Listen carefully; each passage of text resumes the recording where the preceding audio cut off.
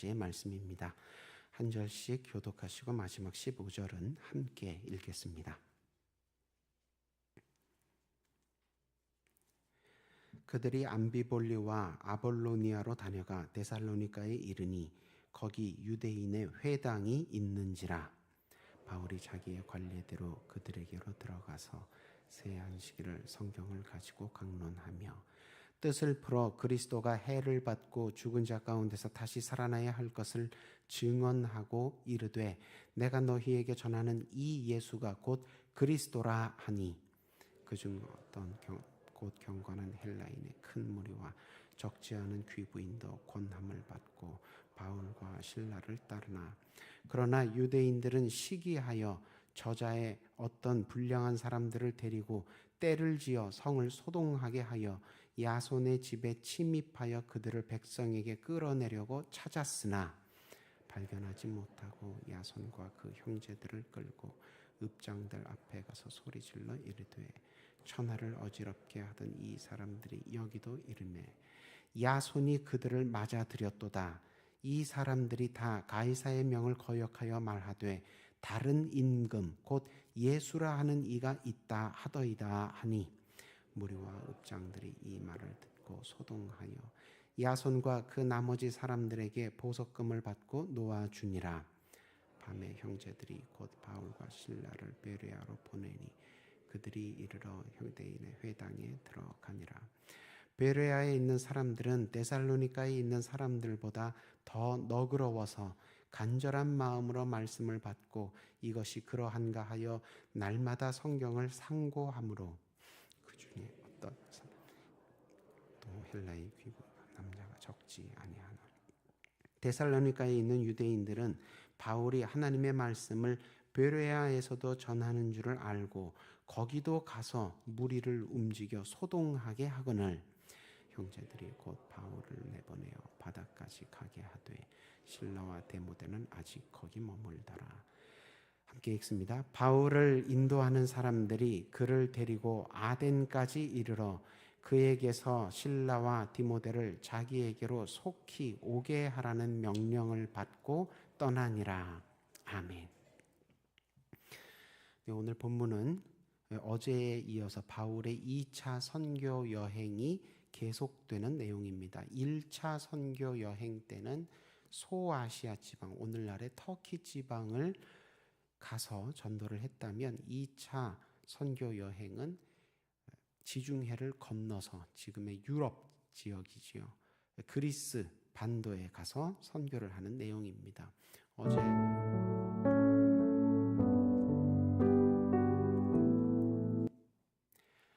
어제 그 마케도니아 그리스 북부 지방의 첫 성가는 빌립보에 가서 선교를 했고 오늘은 그 빌립보보다 더 안쪽으로 내륙 쪽으로 들어가서 데살로니가라는 도시에 도착을 했습니다. 데살로니가는 그리스 북부 마케도니아 지방을 다스리는 주도입니다. 그 지방의 행정수도입니다. 이곳에 북부 그리스 지방 마케도니아를 주재하는 그 로마의 총독부가 소재를 하고 있습니다. 그리고 데살로니가 선교 후에 또 가서 선교한 베레아라는 도시는 데살로니가보다 또 더 내륙 쪽으로 안쪽에 들어가 있는 도시입니다. 그래서 빌립보, 데살로니가, 베레아 이 세 도시는 마케도니아 지방의 그리스 북부 지방의 3대 대도시들입니다. 빌립보에서 복음을 전도하고 교회를 개척하는데 성공은 했지만 빌립보에서 어떤 일이 있었습니까? 누명을 쓰고 매를 맞고 감옥에 갇히는 옥고를 치른 일이 있었습니다. 그래서 이 바울과 실라 선교팀은 당연히 심신이 고단해졌겠지요. 하지만 이 주변에 선교적인 파급 효과를 더 잘 끼치기 위해서 우리가 처음에 큰 도시에 가서 선교 이렇게 성공은 했지만 힘들게 선교를 했으니 다음번에는 좀 작은 도시에 가서 휴양도 좀 하면서 선교를 이어가자 이렇게 하지 않고 주변에 선교적인 파급 효과를 더 잘 끼치기 위해서 사람과 물자의 이동이 많은 대도시 중심의 선교를 계속해서 쉬지 않고 해나가고 있는 중입니다. 그래서 빌립보 다음에 데살로니카, 데살로니카 다음에 베레아, 이런 식으로 계속 선교를 해나가고 있는 중입니다. 데살로니카에서도 선교의 열매를 처음에는 귀하게 잘 맺었습니다. 그런데 동시에 그곳에 있는 먼저 자리 잡고 살던 디아스포라 유대인들로부터 거센 혐오와 반발에 부딪히게 되었습니다. 이 디아스포라 유대인들은 바울이 전하는 복음이 유대교에도 반할 뿐만 아니라 사람인 예수를 보고 하나님과 동등된 메시아라고 가르치니까 유대교에도 반할 뿐만이 아니라 또 바울이 로마 황제가 아닌 다른 사람, 곧 예수라 이름하는 자가 임금이 되었다, 임금의 자리에 올랐다, 이렇게 전하고 다닌다며 이 디아스포라 유대인들은 바울을 당국에, 데살로니카 당국에 고발을 합니다. 그러니까 로마 황제가 살아있는데 다른 사람이 또 왕이다. 이건 옛날 말로 치면 영모죄에 해당되는 것이죠. 오늘날 우리에게 치면 우리도 예수는 만왕의 주, 예수는 왕, 뭐 이런 찬양 부르지 않습니까? 그랬더니 경찰이 와서 지금 대통령이 있는데 또 누가 집권을 했단 말입니까? 당신 국정원이나 경찰에 나와서 조사 좀 받읍시다. 이런 식으로 일이 돌아갔다는 것입니다. 그러니까 이 디아스포라 유대인들이 어떤 외국의 다른 사람들이 우리 도시에 와서 새로운 임금이 등극했다고 전합니다. 이렇게 고발을 하니까 이 데살로니카는 또 발칵 뒤집히게 된 것이죠. 그래서 바울을 체포하러 갔다가 바울은 잡지 못하고 그를 맞이했던 야손이라는 사람들을 대신, 야손과 그의 일행을 대신 체포해 갑니다. 무죄를 변론하고 신분 보장을 하고, 그래서 일단 보석으로 풀려나기는 했지만 이 데살로니가 교회가 이렇게, 데살로니가 교인들이 보니까 야, 이거 바울 여기서 붙잡히면 큰일 나겠구나, 큰 곤경을 치르겠구나. 그래서 그날 밤에 바울을 먼저 다른 도시로, 베레아로 탈출을 시킵니다. 바울에게 정말 죄가 있는 것은 아니지요. 예수님께서 우리의 왕 되시고 메시아 그리스도 되신다는 게 영모를 우리가, 교회가 로마를 상대로 꾸미는 것은 아니지요. 그러나 이 바울을 상대로, 또 복음을 상대로 흑색 선전이 난무하고 누명 씌우기, 얼토당토하는 가짜 뉴스, 이런 것들이 이 박해하는 유대인들로부터 너무 심하게 오니까 그걸 일일이 맞대응하기보다는, 거기에 시간과 에너지를 쏟기보다는 바울과 그 전도 일행이 해야 하는 본분 무엇입니까? 복음 전도와 교회 개척이죠. 여기에 시간과 에너지를 집중하는 것이 낫겠다. 일일이 맞서서 싸우고 그렇게 하지 말자. 이런 취지로 바울을 데살로니카에서 베레아로 먼저 보내게 되었습니다.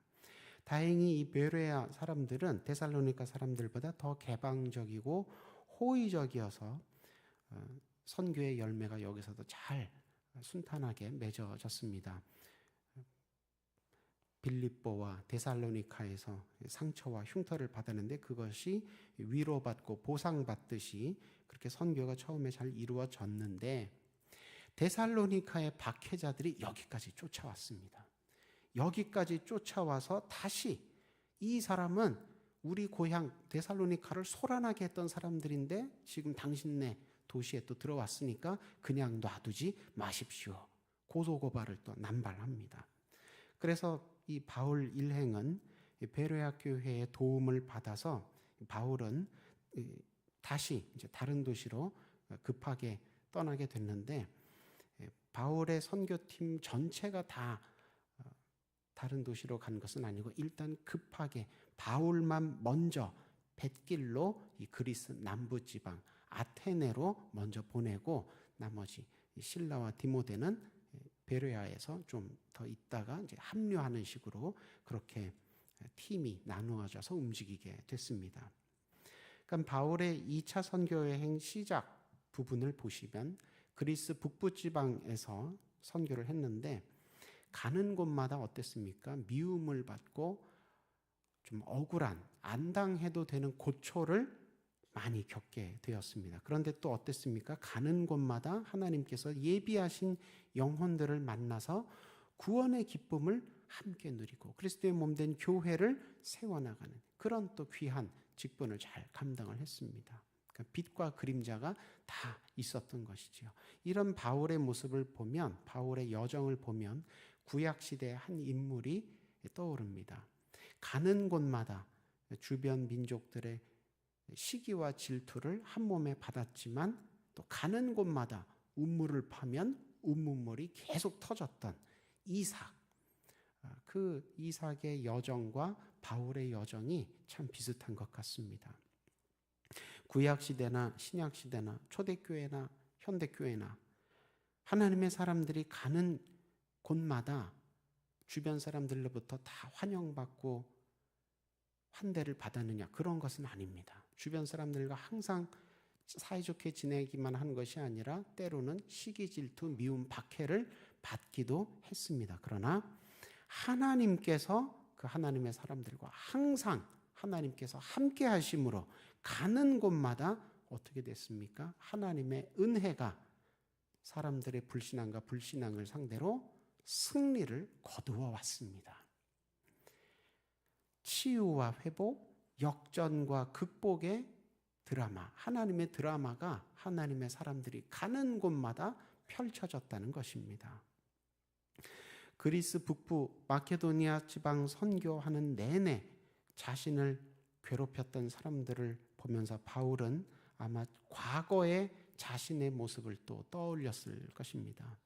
바울도 어땠습니까? 한때 나사렛 예수를 믿는 도당을 박멸하기 위해서 광적인 열심에 휩싸여 살았던 적이 있었던 사람입니다. 교회를 핍박했었던 사람이었습니다.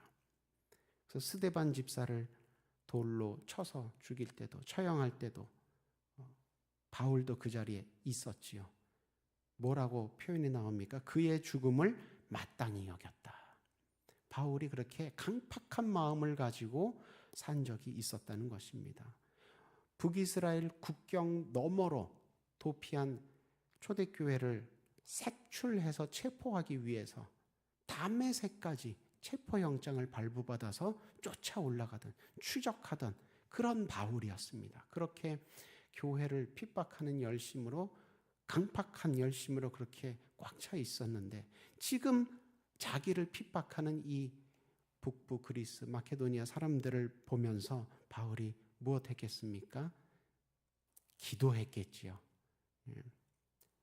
예수님께서 십자가에서도 기도하신 것처럼, 또 스데반이 돌에 맞아 죽으면서도 기도했던 것처럼 바울도 자기를 미워하고 핍박하는, 복음을 반대하고 박해하는 사람들을 보면서 똑같은 중보기도를 했을 것입니다. 하나님, 저들을 용서하옵소서. 자기들이 하는 일을 알지 못함이니이다. 이런 기도들 덕분에 복음을 거절하고 박해하던 사람들이 소돔과 고모라처럼 심판받지 아니하고 성령 안에서 새 사람 되는 기회를 다시 한번 얻을 수 있었던 것입니다. 한국교회도, 우리도 이런 은혜를 입었습니다. 일본 식민지 시절에 우리에게 복음을 가르쳐주고 우리와 함께 신앙생활을 할 수 있도록 교회를 세우는데 수고하고 있었던 내한 선교사분들, 이분들 참 크고 작은 고난에 많이 시달렸었습니다. 그러다 결국 어떻게 됐습니까? 일제에 의해서 전부 다 강제 추방 당했죠.